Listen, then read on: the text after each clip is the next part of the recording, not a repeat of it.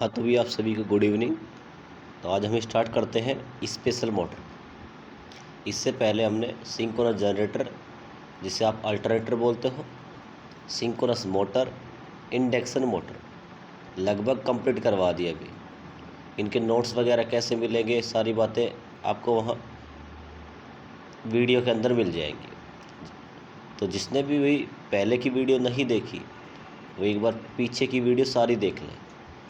ठीक है, तो आज स्टार्ट करते हैं यूनिवर्सल मोटर। और आपको कैसा भी कोई डाउट आए तो आप कमेंट बॉक्स में कमेंट कर दिया करो भी, या फिर मेरे नंबर होंगे उन पे आप मैसेज डाल देना। मैं ट्राई करूँगा भी आपके कमेंट्स लेने की। ठीक है, बात करते हैं यूनिवर्सल मोटर। तो जैसा कि नाम से पता लग रहा है यूनिवर्सल मोटर, इसका मतलब क्या है? यूनिवर्सल मोटर का मतलब है ऐसी मोटर जो एसी और डीसी दोनों पर काम करे। कौन सी मोटर कहलाएगी? Universal motor. अब एसी में फ्रीक्वेंसी कितनी होती है? 50 हर्ट्ज। डीसी में कितनी होती है? 0 हर्ट्ज। अगर हम बात करें तो एसी में जो सप्लाई अपने घरों में आती है वो आती है 230 वोल्ट। डीसी में जो सप्लाई आती है वो अपने पास आती है लगभग भाई देखो 110 वोल्ट। 110 वोल्ट तक ही जनरेटर आपका जनरेट कर सकता है, इससे ज़्यादा जनरेट नहीं कर पाता है। ठीक है, तो याद रखना है 110 या 115 हो सकता है। ठीक है, ये वेरी कर सकता है थोड़ा बहुत, लेकिन ऐसा नहीं भी कि आप 1000 वोल्टेज जनरेट करवा दो। आप जनरेटर की सहायता से अगर डीसी बना रहे हो तो आप लगभग 110 या 115 वोल्ट ही बना सकते हो। तो देखो यही बातें इसमें लिखी हुई है कि यूनिवर्सल मोटर एसी व डीसी दोनों पर कार्य करती है।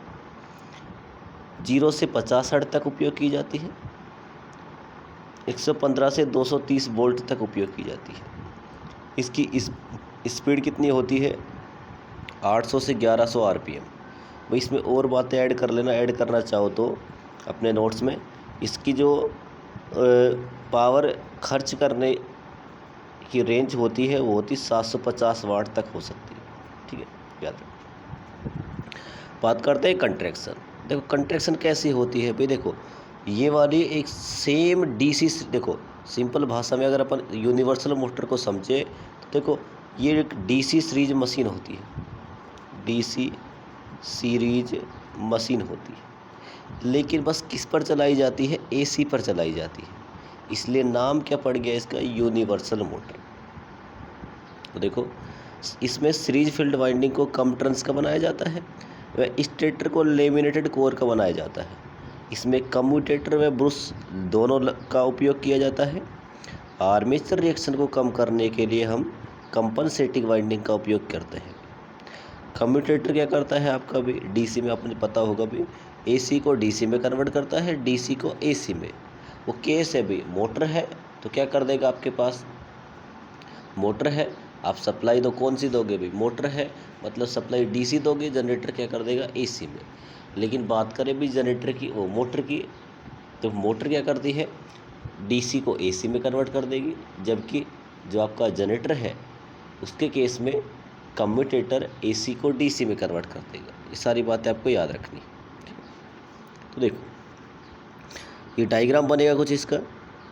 ये आर्मेचर हो गया आपका, इस सीरीज वाइंडिंग हो गई, और आपने सप्लाई कैसी दे दी? एसी। डीसी मशीन की बात करें तो आपने यहाँ पे डीसी सप्लाई दी थी भी। अभी मैंने बताया भी होती डीसी सीरीज मशीन मोटर ही है, लेकिन बस आप सप्लाई कैसी देते हो? एसी।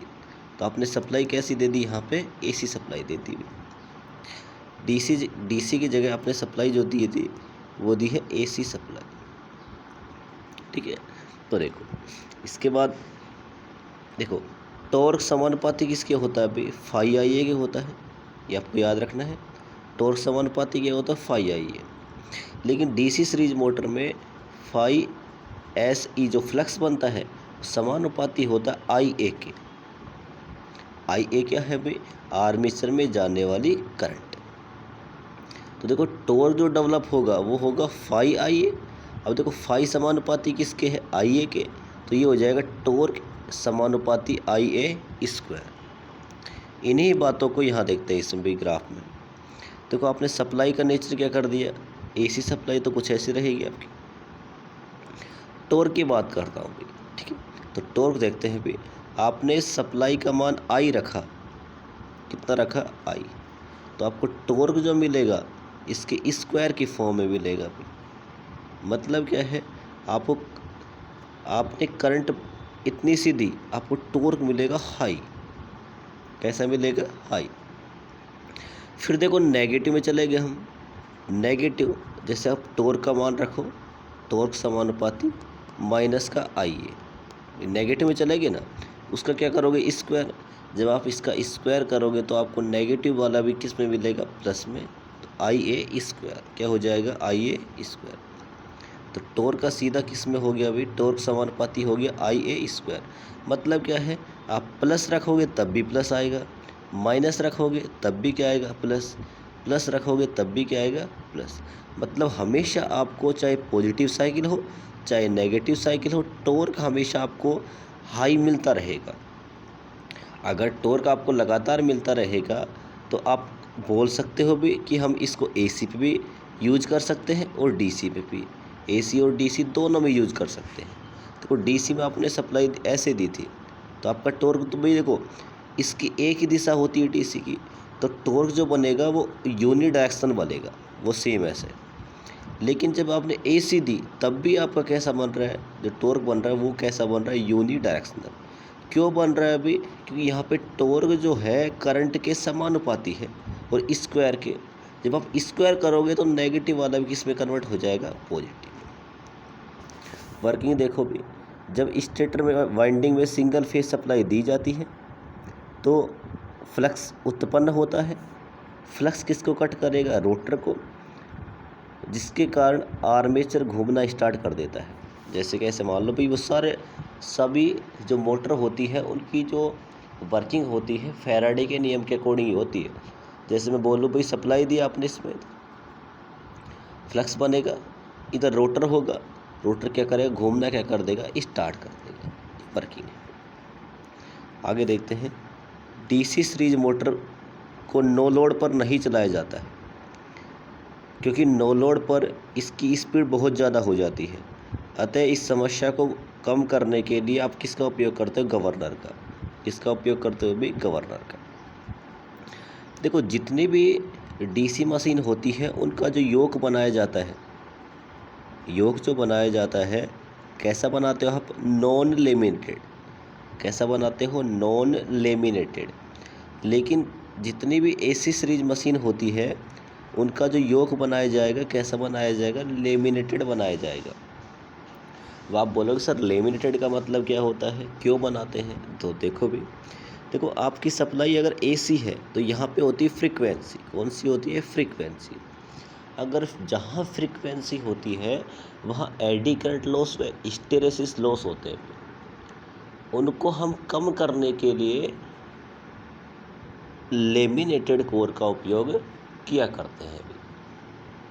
इसके बाद देखो, आपको स्पीड को कंट्रोल करना है तो गवर्नर का उपयोग करते हैं। आर्मेचर रिएक्शन को कम करना है तो आप किसका उपयोग कर लेते हो? कंपनसेटिंग वाइंडिंग का उपयोग करते हैं। देखो इसको एक और तरीके से सोचते हैं भी, इसका देखो आपको जो यूनिवर्सल मोटर है इसका उपयोग हेयर ड्रायर वगैरह में किया जाता है, जो भाई महिलाएं जो होती यूज करती हैं। पुरुष तो बहुत कम करते हैं, भी कभी कभी करते हैं, लेकिन महिलाएं जो होती हैं उनके बाल बड़े होते हैं, उनको सुखाने के लिए आप किसका उपयोग करते हो? हेयर ड्रायर का। बात करें मिक्सर हो गया, भाई मिक्सर में क्या होता है? जैसे आप मिक्सर में, जैसे ये मान लेते हैं मिक्सर है, ये ऐसा कुछ मिक्सर है आपका। मिक्सर में आप मान लो जैसे केले डालो और दूध वगैरह डाल दो, एक तो ये वाला टाइम। एक आप इसमें भाई ऐसी चीज़ डाल दो जैसे कि चने वगैरह हो गए, बादाम वगैरह हो गया, इनको डालोगे तो केला जब पीसेगा या ग्राइंडिंग होगा उस समय आपकी स्पीड कम रहेगी।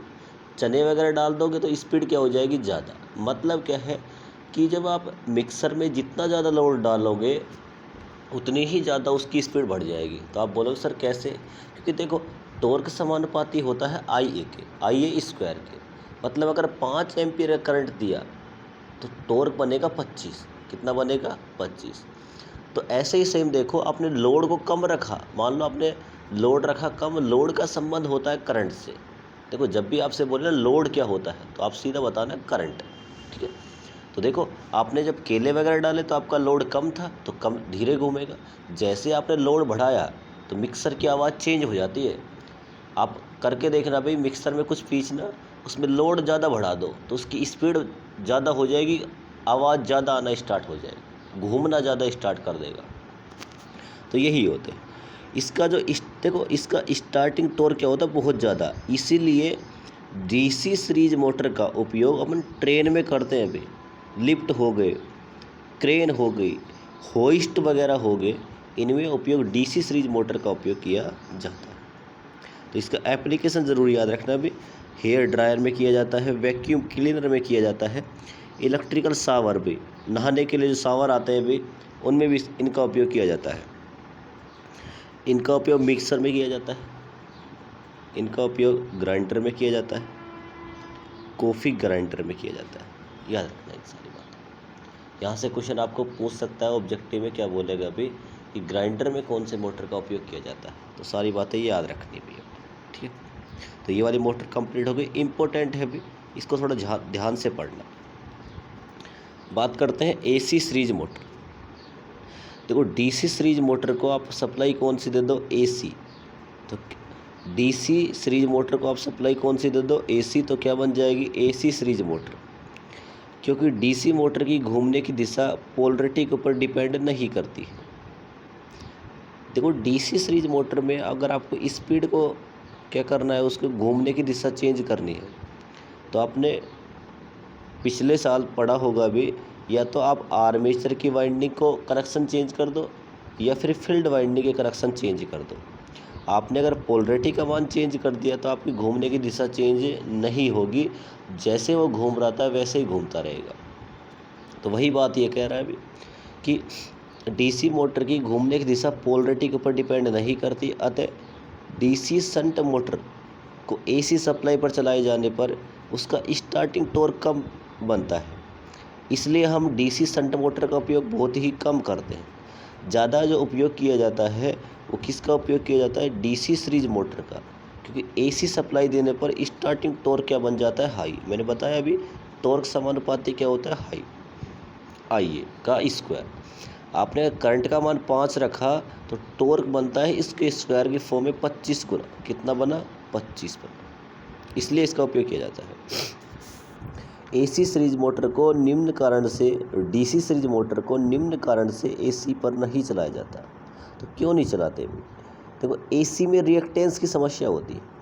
अब रिएक्टेंस क्या होता है अभी, आपने एक्स का मान सुना होगा, एक्स किसके ऊपर डिपेंड करता है, 2πfl, मतलब फ्रीक्वेंसी पर। अगर फ्रीक्वेंसी ज़्यादा तो एक्सएल का मान भी ज़्यादा हो जाएगा, इसलिए रिएक्टेंस वाली समस्या होती है, क्योंकि यहाँ पे फ्रीक्वेंसी होती है। अब इसकी वजह से देखो पावर फैक्टर जो होता है आपका, पावर फैक्टर होता है वो होता है R/Z। इससे क्या होता है अभी, और Z क्या होता है, ये होता है R प्लस में JXL। तो आपने अगर XL का मान बढ़ाया, ओवरऑल Z का मान बढ़ेगा, Z का मान बढ़ेगा मतलब पावर फैक्टर क्या हो जाएगा, कम हो जाएगा। अगर आपने रिएक्टेंस का मान बढ़ा दिया तो पावर फैक्टर क्या हो जाता है, कम हो जाता है, इसलिए भी इसका उपयोग नहीं करते। नेक्स्ट देखो, इसमें एडी करंट लॉस होते हैं, अभी बताया मैंने भाई, जहाँ फ्रीक्वेंसी वहाँ एडी करंट लॉस। कम्यूटेटर की प्रॉब्लम बढ़ जाती है। कम्यूटेशन का मतलब क्या होता है, कम्यूटेशन का मतलब होता है स्पार्किंग। आपका डीसी सीरीज मोटर में ब्रश से करंट लेते हो तो उस समय क्या होती है, स्पार्किंग वगैरह होती है, उसे बोलते हैं कम्यूटेशन की प्रॉब्लम। करंट को लेना ही क्या कहलाता है, कम्यूटेशन। तो कम्यूटेशन अगर आपने एसी का उपयोग किया तो वहाँ पे स्पार्किंग वगैरह होती है। स्पार्किंग क्या होती है, जैसे आपने कई बार देखा होगा आपके जो स्विच बोर्ड वगैरह होते हैं उसमें चिंगारी उत्पन्न हो जाती है कई बार, ठीक है, उसे स्पार्किंग बोलते हैं। आर्मेचर रिएक्शन का मान बढ़ जाता है, कंडक्टर की संख्या बढ़ जाती है जिससे साइज बढ़ जाता है। अगर साइज बढ़ेगा तो उसकी स्पीड क्या हो जाएगी, कम हो जाएगी। रिएक्टेंस ड्रॉप को कम करने के लिए टर्न्स की संख्या कम कर दी जाती है। भाई अब देखो समस्या हो गई ये वाली, अब इनको ख़त्म करना है आपको, तो ख़त्म करने के लिए हम क्या करते हैं, रिएक्टेंस कम करना है भाई देखो रिएक्टेंस कम करना है, पहले इतनी सारी टर्न्स थी, अब मैंने टर्न्स कम कर दी ये वाली। अगर मैंने टर्न्स कम कर दी मतलब एक्सएल इक्वल टू क्या होता है 2πfl। आपने एल का मान क्या कर दिया कम, एल का मान कम कर दिया तो एक्सएल भी क्या हो जाएगा कम। अब आर्मेचर रिएक्शन को कम करने के लिए आप किसका उपयोग कर लेते हो, कंपनसेटिंग वाइंडिंग का। डीसी सीरीज मोटर में आपने देखा होगा भी कि आर्मेचर रिएक्शन को कम करने के लिए हम इंटरपोल्स का उपयोग करते हैं और कंपनसेटिंग वाइंडिंग का उपयोग करते हैं। ये सारे पॉइंट आपको याद रखने हैं। डायग्राम देखो भी इसका, देखो डायग्राम ये होता है आपके पास, पोल्स होते हैं इसके, ये अंदर वाला रोटर है पे, ठीक है। आपने क्या दी इसमें सप्लाई, देखते रहना भी ये कैसे कैसे कार्य कर रहा है। सप्लाई दी आपने, ये वायर यहाँ से ऐसे करके ऐसे आ गया। इसके बाद देखना यहाँ आपने वाइंडिंग की, ये वाला वायर यहाँ चला गया। फिर देखो ये आपने ब्रश पे दिया, दूसरी वाली ब्रश से आपने निकाल लिया, अभी ऐसे निकाला यहाँ से, यहाँ पे आपने कर दी वाइंडिंग और ये देखो ये वाला वायर आ गया। तो मतलब क्या है, देखो आपका पहले वायर देखो ऐसे जा रहा है, ऐसे जा रहा है, ठीक है। फिर देखो यहाँ वाइंडिंग करी आपने, वाइंडिंग करी यहाँ से, ठीक है। फिर ये देखो ऐसे आया, ये वाला वायर ऐसे आया, यहाँ पे वाइंडिंग करी, यहाँ तक पहुँच गया। इसके बाद देखो कलर चेंज करते हैं इसका, देखो ऐसे चला भाई, यहाँ वाइंडिंग कर दिया आपने, ऐसे लपेटा इसको। फिर देखो ये ऐसे चला, इसके बाद देखो ये वाला बिल्कुल सीधा नीचे आ गया। उसके बाद आपने यहाँ वाइंडिंग कर दी भाई, वाइंडिंग की, यहाँ तक डाला वायर को। इसके बाद देखो ये वायर यहाँ से यहाँ तक आया, आपने यहाँ पे वाइंडिंग कर दी। वाइंडिंग करने के बाद देखो पूरा नीचे आ गया और यहाँ पे क्या दे दिया आपने, सप्लाई।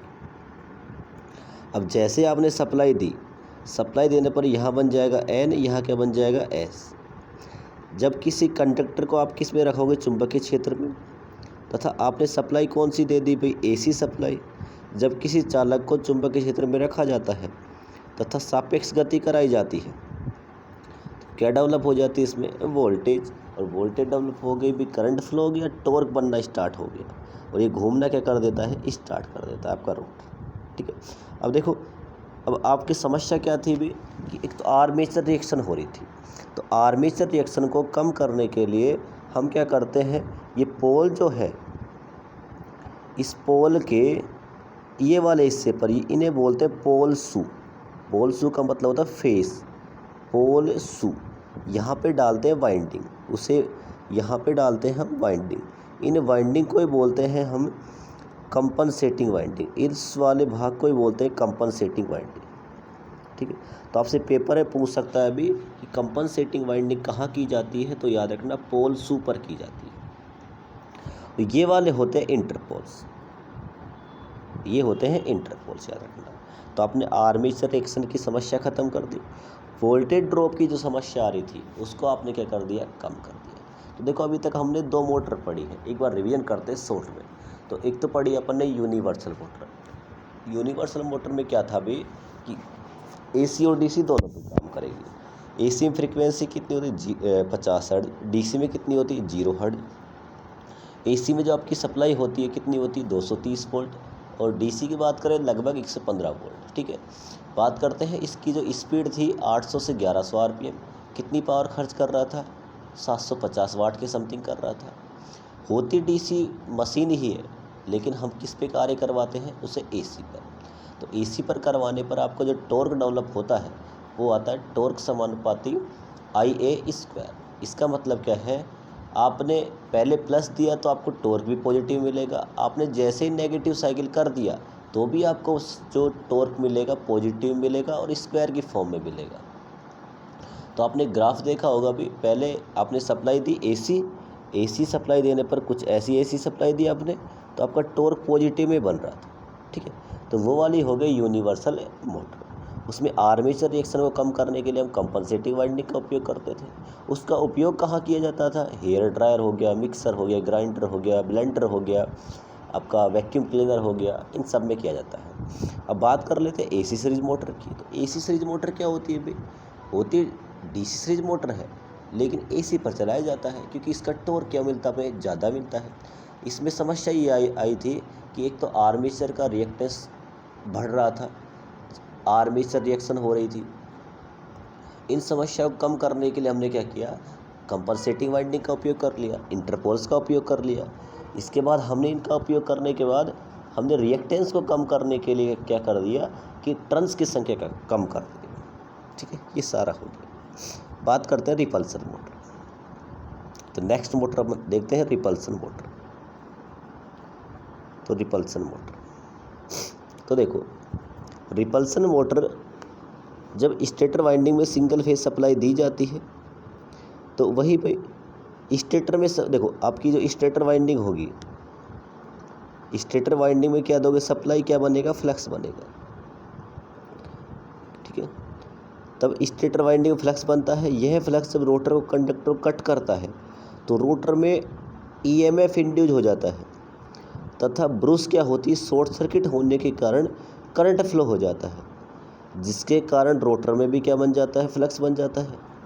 अतः स्टेटर फ्लक्स व रोटर फ्लक्स में रिपल्सन के कारण मोटर घूमना स्टार्ट कर देती है। घूमना क्या कर देती है, स्टार्ट कर देती है। देखो ध्यान से मैं समझाता हूँ भी इसको। देखो एक आपसे अगर पेपर में बोल दे भी एकमात्र कौन सी मोटर होती है जिसकी ब्रूस आपस में शॉर्ट सर्किट होती है, तो भाई याद रखना वो रिपल्सन ही मोटर ही होती है। कौन सी मोटर होती है, रिपल्सन मोटर। ठीक है, देखो ये रहा आपके पास स्टेटर और ये अंदर वाला है रोटर भी। एक मिनट भी, देखो ये तो रहा आपके पास स्टेटर, ये रहा रोटर। इसकी जो ब्रूस होती है आपस में शॉर्ट सर्किट होती है भी, याद रखना। ठीक है, जैसे कि इसमें दर्शा रखा है अभी सारी बातें। देखो जूम करता हूँ अभी, देखो। ठीक है, देखो इसकी जो ब्रूस है ये वाली, यहाँ से यहाँ, ये आपस में शॉर्ट सर्किट होती है। ये वाली ब्रूस जो होती है, ये वाली ब्रूस जो देखो ऐसे शॉर्ट सर्किट कर रखा है अभी, ये ब्रूस क्या होती है, आपस में शॉर्ट सर्किट होती है। ब्रूस कैसी होती है, शॉर्ट सर्किट। देखो आपने सप्लाई दी, सप्लाई देने पर फ्लक्स बना, किसको कट किया इसने, रोटर को। रोटर में क्या डेवलप होगा, ईएमएफ। अगर ईएमएफ इंड्यूस हो गया तो मतलब क्या बन गई, करंट। अब करंट को फ्लो होने के लिए रास्ता चाहिए, ये आपस में दोनों क्या है, शॉर्ट सर्किट, तो क्या फ्लो हो जाएगी, करंट। क्या फ्लो हो गई, करंट। तो 3 केस देखते हैं अभी। जब देखो ये वाली कंडीशन में अगर है तो टॉर्क कितना रहेगा, 0। मतलब ब्रूस और जो फ्लक्स है उनकी दिशा सेम है तो कितना बनेगा, 0। अगर देखो ये तो रहा आपका मेन फ्लक्स, ये ब्रूस की पोजीशन, तो भी टॉर्क कितना रहेगा, 0। अगर आपने ब्रूस व इन दोनों के मध्य का एंगल कर दिया आपने 45 डिग्री। कितने डिग्री कर दिया अभी, 45। उस समय जो टॉर्क बनता है वो मैक्सिमम बनता है, 0 बिल्कुल भी नहीं बनता है। तीनों पॉइंट आपको याद रखने भी अच्छे से। अगर देखो 0 पे है तो बिल्कुल टॉर्क 0, 180 पे है तो 0, लेकिन 45 पे अगर हो गया तो टॉर्क कितना बनेगा, मैक्सिमम बनेगा। ये बातें याद रखनी है। तीनों केस मैंने दर्शा रखे हैं, इनको एक बार पढ़ोगे समझ में आ जाएगा। देखो तो जब स्टेटर एक्सिस व ब्रूस की दिशा, देखो जब स्टेटर एक्सिस व ब्रूस की दिशा में होती है तब टॉर्क उत्पन्न नहीं होता है। ठीक है, जब स्टेटर एक्सिस व ब्रूस एक्सिस की स्थिति किसी प्रकार का 90 डिग्री पर है तो भी किसी प्रकार का टॉर्क नहीं बनेगा। जब ब्रूस रोटर एक्सिस की दिशा में हो तब उस कंडीशन में रोटर घूमना स्टार्ट कर देता है। वही 45 वाला केस याद रखो, 45 पे है तो टॉर्क मैक्सिमम बनाएगा और घूमना स्टार्ट कर देगा। इस मोटर का जो टॉर्क बनता है हाई स्टार्टिंग टॉर्क होता है। अब हाई स्टार्टिंग टॉर्क कहाँ उपयोग करते हैं, होइस्ट हो गया, लिफ्ट हो गया, क्रेन हो गया। भी क्रेन वगैरह में देखा होगा भी, लोड को उठाने के लिए हाई स्टार्टिंग टॉर्क की आवश्यकता होती है। जैसे क्रेन का ये होती है भी, ऐसे कुछ होता है, ये वाला हिस्सा भी ऐसे लोड को उठाता है ना भी, तो उठाने के लिए जैसे उठा के लेके जाएगा ऐसे। ठीक, तो उसके लिए क्या चाहिए आपको, हाई स्टार्टिंग टॉर्क की आवश्यकता होती है। ऐसे अब क्रेन ऐसे होती है भी, कुछ समझ लेना भी, ड्राइंग इतनी अच्छी है नहीं तो ये चल जाएगा। ठीक है, तो याद रखना है आपको। अब बात करते हैं स्टेपर मोटर। तो देखो भी स्टेपर मोटर का ये डायग्राम आपको याद रखना है। ठीक है। स्टेपर मोटर सिंक्रोनस मोटर का ही एक भाग है। मतलब क्या है भी इसका, तो मतलब ये है भी स्टेपर जो मोटर होती है वो हमेशा कांस्टेंट, सिंक्रोनस जो मोटर होती है हमेशा कांस्टेंट स्पीड पर चलती है, और ये वाली मोटर भी एक फिक्स स्पीड पर चलेगी, फिक्स एंगल पर रोटेट करेगी। वो एंगल कितने हो सकते हैं, 2 हो सकता है, 2.5 हो सकता है, 5 हो सकता है, 7.5 हो सकता है, 9। इन एंगल को याद रखना भी, पेपर में पूछ सकता है आपसे। तो अंदर वाला आपको देखो जूम कर बताता हूँ। ये अंदर वाला है आयरन की रोड भाई, ये वाली, ठीक है। ये अंदर वाला हिस्सा है रोटर। अब आपने रोटर के साथ क्या कनेक्ट कर दिया भाई, रेजिस्टेंस, ये रहा भाई। मान लो आपको इस पोजीशन पे कंट्रोल करना है, इसे क्या करना है, इसे कंट्रोल करना, ए पे लगाओगे, फिर बी पे लगा सकते हो, सी पे लगा सकते हो, डी पे लगा सकते हो, ई पे लगा सकते हो, एफ पे लगा सकते हो, जी पे लगा सकते हो। मतलब अगर आपने रजिस्टेंस को कंट्रोल कर लिया, आपको मान लो भाई 3 डिग्री चाहिए, जैसे कि अरे सिंपल बताओ भाई, इसका उपयोग रोबोट वगैरह में किया जाता है। तो रोबोट देखो हाथ ऐसे फिक्स एंगल पर रोटेट करता नहीं, फिर ऐसे भाई, फिर ऐसे, फिक्स एंगल पर चलता है, नहीं चलता ये वाला। अब फिक्स एंगल पर करने के लिए हमारे पास बहुत सारे एंगल होने चाहिए, तो उन एंगल को जो दर्शाता है, वो दर्शाता है यही वाला भी, ठीक है। तो देखो मान लो आपको थोड़ा एंगल कंट्रोल करना है, मान लो 2 डिग्री चाहिए तो यहाँ पे कंट्रोल कर दें, 2.5 चाहिए आपको, यहाँ कंट्रोल कर लेंगे, 5 यहाँ कंट्रोल कर लेंगे, 7 यहाँ कर लेंगे। जिस प्रकार आपको एंगल को कंट्रोल करना है वैसे आप एंगल कंट्रोल कर सकते हो। वैसे ये वाली मोटर 3 प्रकार की होती है भी, अभी आपके में एक ही दे रखा है। 3 प्रकार की होती है, एक तो वेरिएबल रिलक्टेंस होती है, हाइब्रिड होती है, और परमानेंट मैग्नेट टाइप होती है। आपको याद क्या रखना है, स्टेपर जो मोटर है इसका उपयोग कंट्रोलिंग सिस्टम में किया जाता है, रोबोट वगैरह में किया जाता है, या फिर आप कभी बैंक में गए हो भी तो आप वो जो करवाते हो, एंट्री करवाते हो भी, आपके में कितना बैलेंस है, कब डाला है, तो वो सारी बातें जो मशीन करती है भी, वो टिक टिक टिक टिक करती रहती है, उसमें भी कौन सी मोटर का उपयोग करते हैं, स्टेपर मोटर का ही उपयोग करते हैं। ये बातें याद रखनी है आपको। तो देखो स्टेपर मोटर सिंक्रोनस मोटर का ही एक भाग है जो एक निश्चित एंगल पर रोटेट करती है। प्रत्येक इलेक्ट्रिकल सिग्नल पल्स की फॉर्म में, हाँ याद रखना, इसमें जो इनपुट दिया जाता है,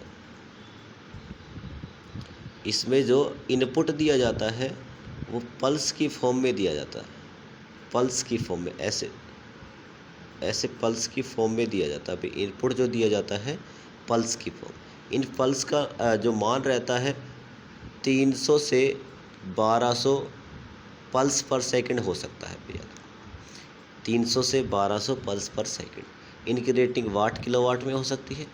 यह इंक्रीमेंटल मोशन मशीन है, मतलब बढ़ती हुई। आपको अगर एंगल बढ़ाना है तो आप एंगल कंट्रोल कर लोगे भाई इन सर्किट से। 2, 2.5, 5, 7.5 ही मैंने लिखवाई दिया आपको। आगे देखते हैं। स्टेपर जो मोटर होती है इलेक्ट्रोमैकेनिकल एनर्जी कन्वर्जन डिवाइस है। स्टेपर मोटर में इनपुट जो दिया जाता है पल्स की फॉर्म में, मैंने आपको बताया दिया अभी। स्टेपर मोटर पर वाइंडिंग, ब्रूस, कम्यूटेटर आदि का यूज नहीं किया जाता है। तो इसको ऐसे याद रख लो भी, आपने सुना होगा WBC, एक होता RBC, WBC प्लेटलेट्स। तो देखो W से बनेगा वाइंडिंग, इससे बनेगा ब्रूस, और यहाँ से बनेगा कम्यूटेटर। तो देखो बस आपको क्या याद रखना है, ना तो इसमें ब्रूस होती, ना वाइंडिंग होती, ना ब्रूस होती, ना कम्यूटेटर होता। तो इस स्टेपर मोटर में तीनों चीज़ नहीं होती है। तो याद कर लोगे WBC से, W से बनेगा वाइंडिंग, B से बनेगा ब्रूस, C से बनेगा कम्यूटेटर, मतलब तीनों ही नहीं होते। ठीक है। इसके बाद देखो भी, स्टेपर मोटर में पुल आउट टॉर्क का मान मैक्सिमम होता है। भाई ये पुल आउट टॉर्क क्या होता है, मैंने पिछले वाले वीडियो जो सिंक्रोनस मोटर थी उसमें मैंने टाइप ऑफ टॉर्क करवा रखे, तो आप उनको जाके एक बार देख लेना। ठीक है। इसका उपयोग कंट्रोलिंग सिस्टम में किया जाता है। ठीक है। यह एंगुलर मोमेंट के रूप में अपना आउटपुट प्राप्त करवाता है। तो देखो रोबोटिक सिस्टम में, फोटोकॉपी की मशीन में, प्रिंटर में, और जो आप भी वो एंट्री करवाते हो उस मशीन को बोलते हैं फैक्स डॉट प्रिंटर। तो उसमें भी इसका उपयोग किया जाता है। ये स्टेपर एंगल का फॉर्मूला होता है। स्टेप एंगल का 360 degree number of stack multiply number of teeth in rotor. Speed का फॉर्मूला होता है alpha dot F upon 360। Alpha जो होता है स्टेप एंगल होता है, एफ होती है आपकी फ्रीक्वेंसी। ये आपको याद रखना है थोड़ा सा भी। तो देखो स्टेपर मोटर में याद क्या रखना है आपको, एक कंट्रैक्शन याद रखनी कैसे बनता है, ठीक है। ये इनके बारे में पूरा डिटेल याद रखना है थोड़ा थोड़ा भाई, कितने एंगल पर होता है, कैसी मोटर होती है, कैसा डिवाइस है, इनपुट कैसा दिया जाता है, पुल आउट टॉर्क क्या होता है, कहाँ उपयोग किया जाता है। बस इतना लिख के आना आपको भी, इतना लिख के आ जाओगे आपको अच्छे से नंबर मिल जाएंगे। बात करते हैं BLDC। BLDC का मतलब क्या होता है, ब्रूसलेस DC मोटर। देखो इसके बारे में थोड़ी सी बात जानकारी आपको दे दूँ भाई, इसमें कुछ पॉइंट मिसिंग है तो उनको आप लिख लेना भी, ठीक है। तो देखो ब्रूसलेस DC जो मोटर होती है लोरेंज फोर्स के सिद्धांत पर कार्य करती है, लोरेंज फोर्स के सिद्धांत पर कार्य करती है। इसकी जो स्पीड होती है 40,000 RPM होती है भाई। सबसे हाईएस्ट स्पीड अगर आपसे बोल दे तो वो होती है ब्रूसलेस DC मोटर की।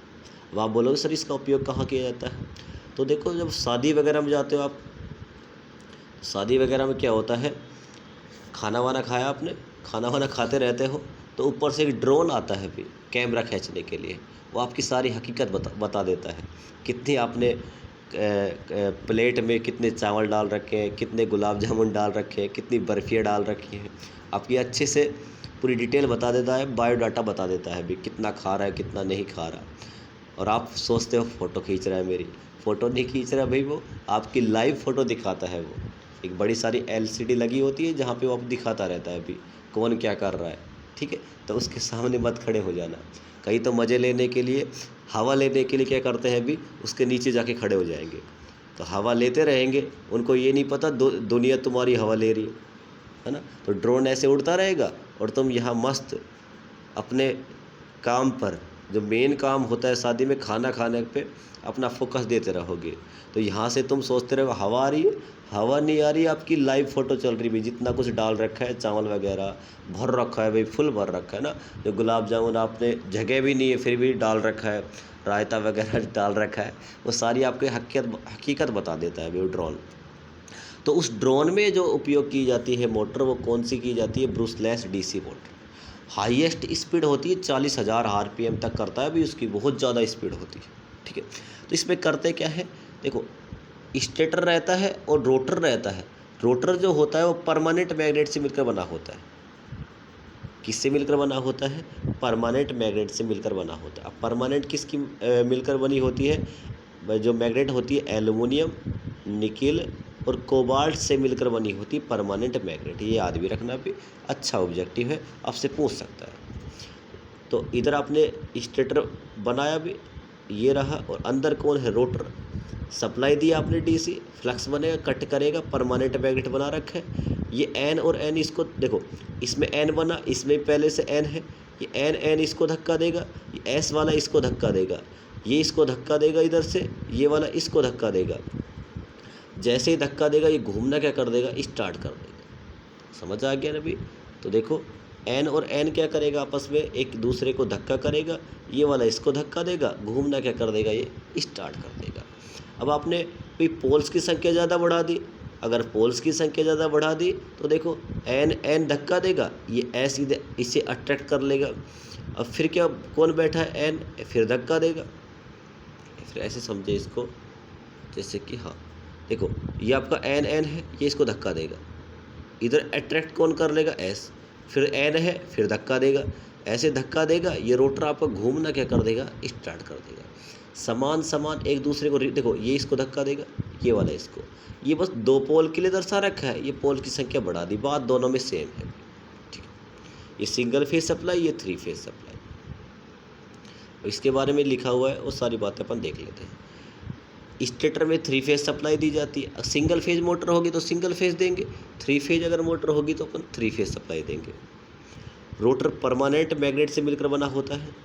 परमानेंट मैग्नेट एल्युमिनियम, निकिल और कोबाल्ट की बनाई जाती है। एल्युमिनियम, निकिल, कोबाल्ट से मिलकर बनी होती है। ब्रूसलेस डीसी मोटर में रोटर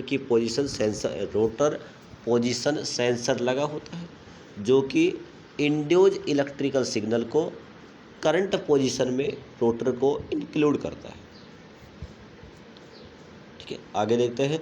ब्रूसलेस डीसी मोटर में किसी प्रकार की डीसी मोटर का उपयोग नहीं किया जाता है।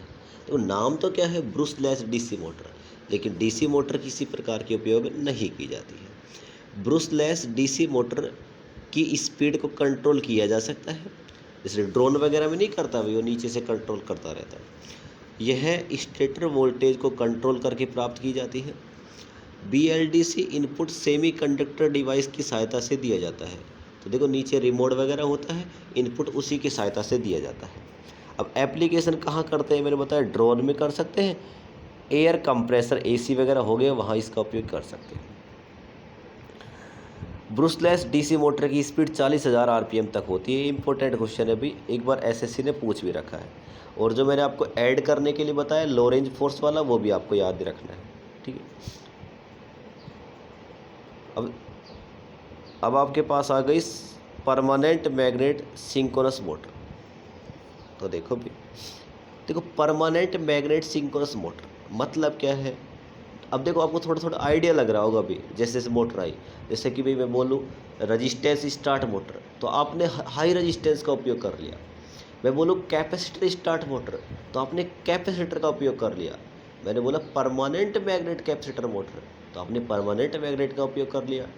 कैपेसिटर स्टार्ट व कैपेसिटर रन मोटर, मतलब आप स्टार्टिंग में भी लगाओगे और रनिंग में भी क्या लगा दोगे, कैपेसिटर लगा दोगे। सैडेड पोल मोटर, आप सैडिंग रिंग का उपयोग कर लोगे। यूनिवर्सल मोटर AC व DC दोनों पे काम करेगी। AC सीरीज मोटर होती DC है, काम किस पर करेगी, AC पर करेगी। इसके बाद हमने मोटर देखी भी आपकी reluctance motor, repulsion motor. Repulsion motor में आप सप्लाई दोगे, आपका फ्लक्स बनेगा, 0 डिग्री पर काम नहीं करेगा, लेकिन 90 पे भी नहीं करने वाला, 180 पे भी नहीं करेगा, लेकिन जब आप 45 डिग्री पे रखोगे ब्रूस की पोजीशन, तो उस पर काम करना स्टार्ट कर देगा। एकमात्र मोटर जिसकी ब्रूस आपस में क्या होती है, शॉर्ट सर्किट होती है। उसके बाद देखो हमने देखा ये पीछे ब्रूसलेस डीसी मोटर, मतलब नाम से देखो, नाम से पता लग रहा है ब्रूसलेस डीसी मोटर, मतलब ब्रूस नहीं होगी। ठीक है, बात करते हैं परमानेंट मैग्नेट। अब मतलब क्या है, परमानेंट मैग्नेट सिंक्रोनस मोटर।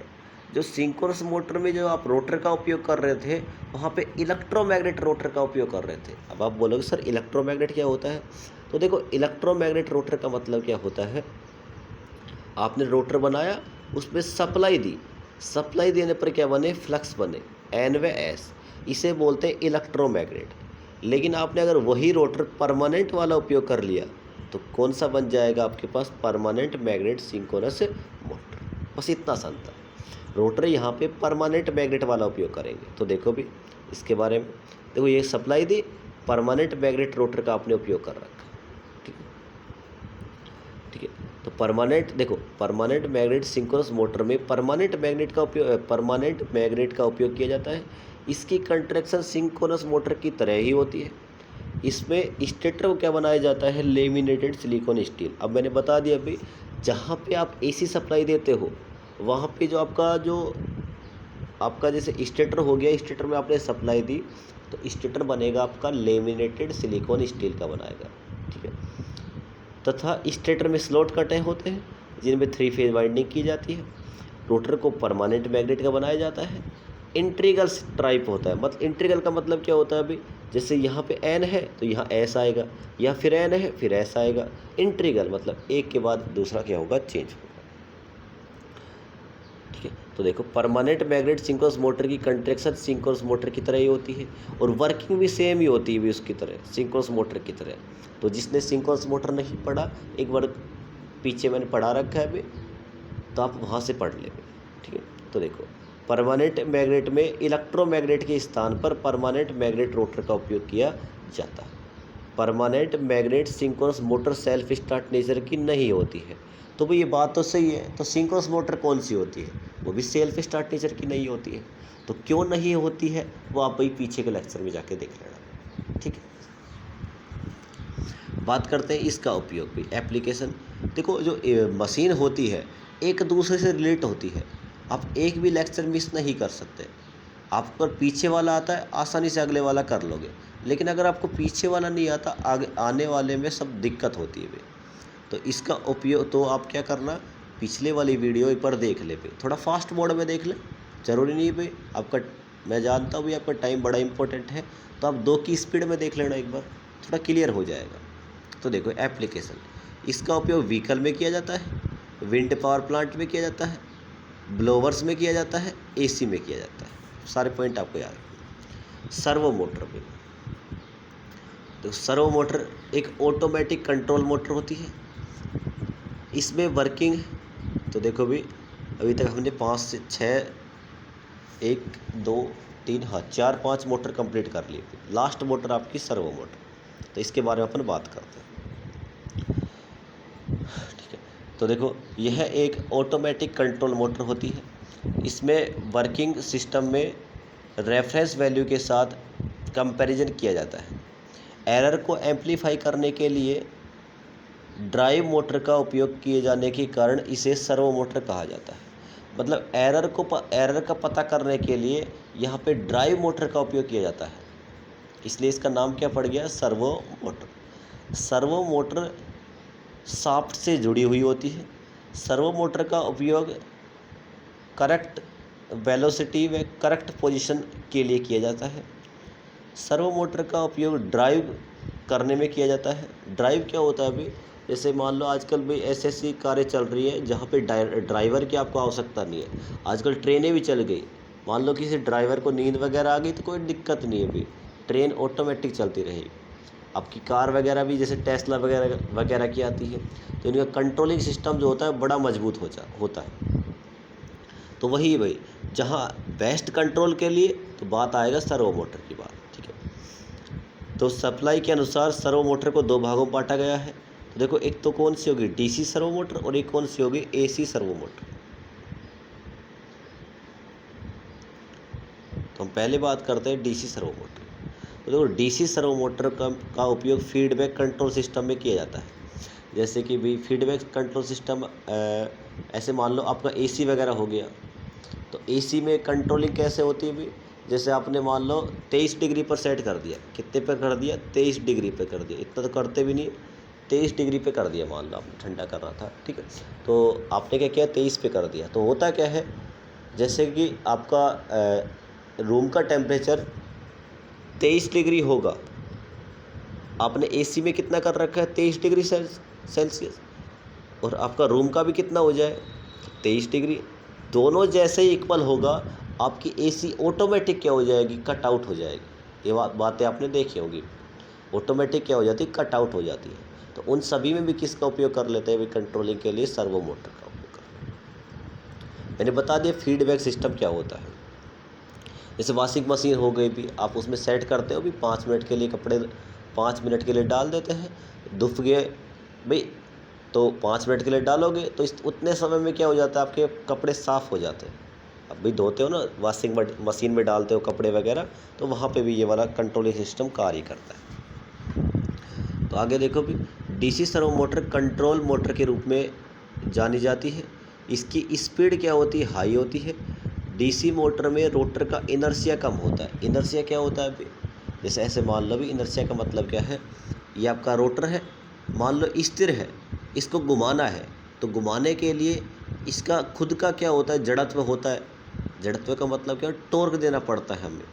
जैसे आप खड़े रहते हो अभी, आप मान लो बैठे हो, तब तक बैठे रहोगे भी जब तक आपको कोई फोर्स नहीं लगे। जैसे मैं मान लेते हैं, जैसे आप खड़े हो ऐसे, समझते हैं इसको इनर्शिया को, ये रहा खड़े हैं, इसके पीछे देखो खड़ा है, इनर्शिया ज़्यादा, पीछे से आए आपका दोस्त खींच के लात मारी हुई, इसको क्या मारी, खींच के लात मारी, ये आगे चलना स्टार्ट हो जाए, धक्का लग जाए, उसे क्या बोलते हैं, इनर्शिया ख़त्म कर दिया अभी इसका। पहले जड़ बन के खड़ा था, इसलिए जड़त्व, जड़ बन के क्या जड़ बना हुआ था, खड़ा हुआ था, लेकिन आपने क्या मारी, लात मारते आगे हो गया, इसलिए आपने क्या ख़त्म कर दिया, जड़त्व को ख़त्म कर दिया। मतलब क्या है कि आपको जो डीसी सर्वो मोटर होती है उसमें इनर्शिया क्या होता है, कम, मतलब आपको कम धक्का लगाने की आवश्यकता होती है। बस इतना सर, गलत मत समझना भाई, बस ये याद करने के लिए है, ठीक है। कोई दिल पे मत लेना भाई, किसी को ऐसे लगे कि भाई सर क्या लात वगैरह मार रहे, आपके लिए नहीं भाई, समझाने के लिए था बस, है ना। तो डीसी मोटर को कंट्रोल मोटर के रूप में भी जाना जाता है। डीसी मोटर का रेस्पॉन्स कैसा होता है, फास्ट होता है। तो देखो हर एक मोटर में दो वाइंडिंग होती है, एक होती है आर्मेचर वाइंडिंग और एक होती है फील्ड वाइंडिंग। तो यहाँ पे क्या करते हैं, फील्ड वाइंडिंग को अलग से आप सप्लाई देते हो। वही बात है, अगर आपने फील्ड वाइंडिंग को अलग से सप्लाई दे दिया तो इसे बोलते हैं सेपरेटली एक्साइटेड, डीसी मशीन में आपने पढ़ा होगा। और अगर आपने इसको इसी के साथ जोड़ दिया होता फिर देते सप्लाई, तो इसे बोलते हैं सेल्फ एक्साइटेड। क्या बोलते हैं, सेल्फ। तो यहाँ पे आपने फील्ड वाइंडिंग को अलग से लिया, अलग से सप्लाई दी, इसलिए उससे बोलते हैं separately excited. DC servo motor का आर्मेचर का रेजिस्टेंस ज़्यादा होता है। डीसी सर्वो मोटर में टॉर्क स्पीड कैरेक्टरिस्टिक लीनियर प्राप्त होती है। डीसी सर्वो मोटर की स्पीड कंट्रोल आर्मेचर पर सप्लाई वोल्टेज से लिया जाता है। डीसी सर्वो मोटर की एफिशिएंसी अच्छी होती है, इसका रेस्पॉन्स भी क्या होता है, फास्ट होता है। ये सारी बातें आपको याद होनी चाहिए, बी पॉइंट लिख के आना है आपको जब भी सर्वो मोटर का क्वेश्चन आए। इसका उपयोग कंप्यूटर में किया जाता है। मशीन, एमसी का मतलब है मशीन से भी, ठीक है, मशीन टूल्स में किया जाता है, ट्रैकिंग सिस्टम में किया जाता है, रोबोट वगैरह में किया जाता है। ये इसका ग्राफ है भाई,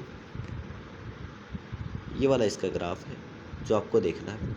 ग्राफ कैसा मिल रहा है, लीनियर मिल रहा है टॉर्क और स्पीड के मध्य। अब बात करते हैं एसी सर्वो मोटर। तो देखो भी, एसी सर्वो मोटर में दो प्रकार की वाइंडिंग का उपयोग किया जाता है। एक रेफरेंस वाइंडिंग होती है, एक कंट्रोल वाइंडिंग। रेफरेंस वाइंडिंग को आपने किससे जोड़ दिया, एसी सप्लाई से, जबकि कंट्रोल वाइंडिंग को current control voltage servo amplifier से कनेक्ट कर दिया। तो देखो यहाँ पे दो वाइंडिंग, एक तो रेफरेंस वाइंडिंग, एक कंट्रोल। ये आपने किससे सप्लाई दी, से कंट्रोल वोल्टेज सर्वो एम्पलीफायर। यहाँ पे कैसा दिया आपने, कांस्टेंट एसी वोल्टेज, ठीक है। ये आपको टॉर्क स्लिप कैरेक्टरिस्टिक इसकी याद करनी है।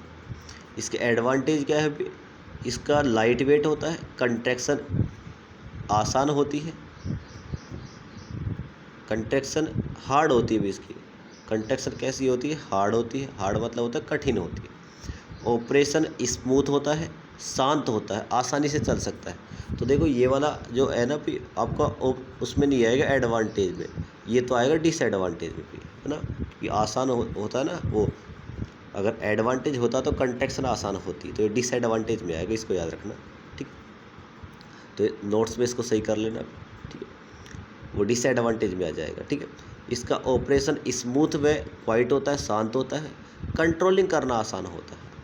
अब एप्लीकेशन इसका उपयोग देखो वही भी मशीन टूल्स में किया जाता है, कंट्रोलिंग इक्विपमेंट में किया जाता है, रोबोट में किया जाता है, अब ड्रिलिंग मशीन में किया जाता है, एसी कंट्रोल एप्लीकेशन में किया जाता है। तो देखो हमने लगभग सारी मोटरें ख़त्म कर ली हैं सिंगल फेज वाली।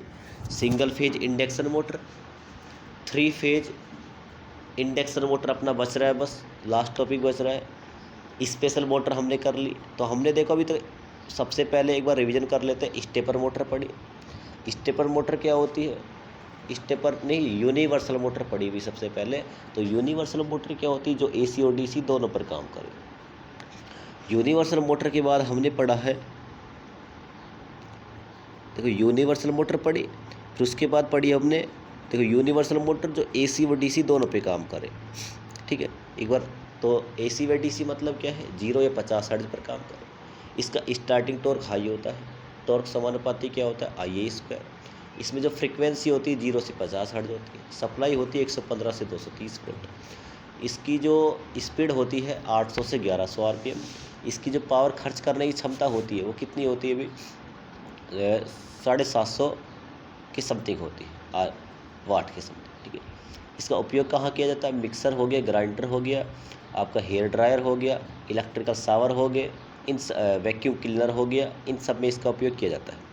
तो उसके बाद देखा डीसी सीरीज मोटर होती है, एसी मोटर ही है, बस चलाई किस पे जाती है, डीसी पे चलाई जाती है। बात करते हैं रिपल्सन मोटर। तो रिपल्सन मोटर में क्या याद करना है आपको, ऐसी मोटर जिसकी ब्रूसें क्या होती है, आपस में शॉर्ट सर्किट होती है। तथा यह 0 डिग्री पर कार्य नहीं करती, 180 पे नहीं करती, 90 पे भी नहीं करती। मात्र का मैक्सिमम जो टॉर्क बनाएगी वो 45 डिग्री पे बनाएगी। इसका उपयोग कहाँ किया जाता है? लिफ्ट क्रेन होइस्ट में किया जाता है। स्टेपर मोटर की बात करें तो एक निश्चित एंगल पर कार्य करेगी। कंट्रोलिंग में किया जाता है, क्लॉक सिग्नल में किया जाता है, रोबोट वगैरह में किया जाता है, फोटोकॉपी की मशीन में किया जाता है, एंट्री करने वाली बैंक में जो एंट्री की जाती है उस वाली मशीन में किया जाता है। निश्चित एंगल पर रोटेट करेगी, याद रखना है ये सारी बातें। इसमें किसी प्रकार की वाइंडिंग नहीं होती, मैंने बताया WBC से ना तो किसी प्रकार की वाइंडिंग होती, ना किसी प्रकार की ब्रूस होती, ना ही किसी प्रकार की इसमें कम्यूटेटर होता भी। ठीक है, ये सारी बातें स्टेपर मोटर के बारे में। स्टेपर मोटर का बता दिया अभी मैंने। बात करते हैं ब्रूसलेस DC मोटर। तो ब्रूसलेस DC मोटर में जो रोटर रहेगा परमानेंट मैग्नेट से मिलकर बनाया जाता है। परमानेंट मैग्नेट किससे मिलकर बनी होती है? एल्युमिनियम, निकल, कोबाल्ट से मिलकर बनी होती है। इसके बाद अगर बात करें Brussels DC motor Lorentz force के सिद्धांत पे कार्य करती है। इसकी स्पीड 40,000 RPM होती है। इसका जो वर्किंग है, यूज किया जाता है, एप्लीकेशन है, वो ड्रोन वगैरह में किया जाता है। तो भाई आपके जैसे मैं बोल रहा हूँ ना, ऐसे याद होना भी चाहिए। कोई 1-2 बार रिवीजन करोगे याद हो जाएगा। ठीक है, बात करते हैं परमानेंट मैग्नेट सिंक्रोनस मोटर। तो परमानेंट मैग्नेट सिंक्रोनस मोटर क्या होती है भाई? परमानेंट मैग्नेट का जो रोटर बनाया जाता है यहाँ पे होती सिंक्रोनस मोटर की तरह, सेम एज इट इज़ कैसे कार्य करेगी? सिंक्रोनस मोटर की तरह, सेल्फ स्टार्ट नेचर की नहीं होती है। बात करते हैं सर्वो मोटर। तो सर्वो मोटर 2 प्रकार की होती है, DC सर्वो मोटर और AC servo motor. DC servo motor में जो फील्ड वाइंडिंग होती है उनको अलग से सप्लाई दी जाती है, इसलिए बोलते हैं कि सेपरेटली एक्साइटेड मोटर होती है।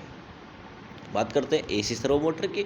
तो देखो यहाँ पे जो फील्ड वाइंडिंग होती है उसको आप कांस्टेंट वोल्टेज सोर्स से सप्लाई देते हैं। ये रहा भाई आपके पास, ये इसके एप्लीकेशन है भाई। कंट्रोलिंग में किया जाता है, मशीन टूल्स में किया जाता है, रोबोट वगैरह में किया जाता है, ड्रिलिंग में किया जाता है।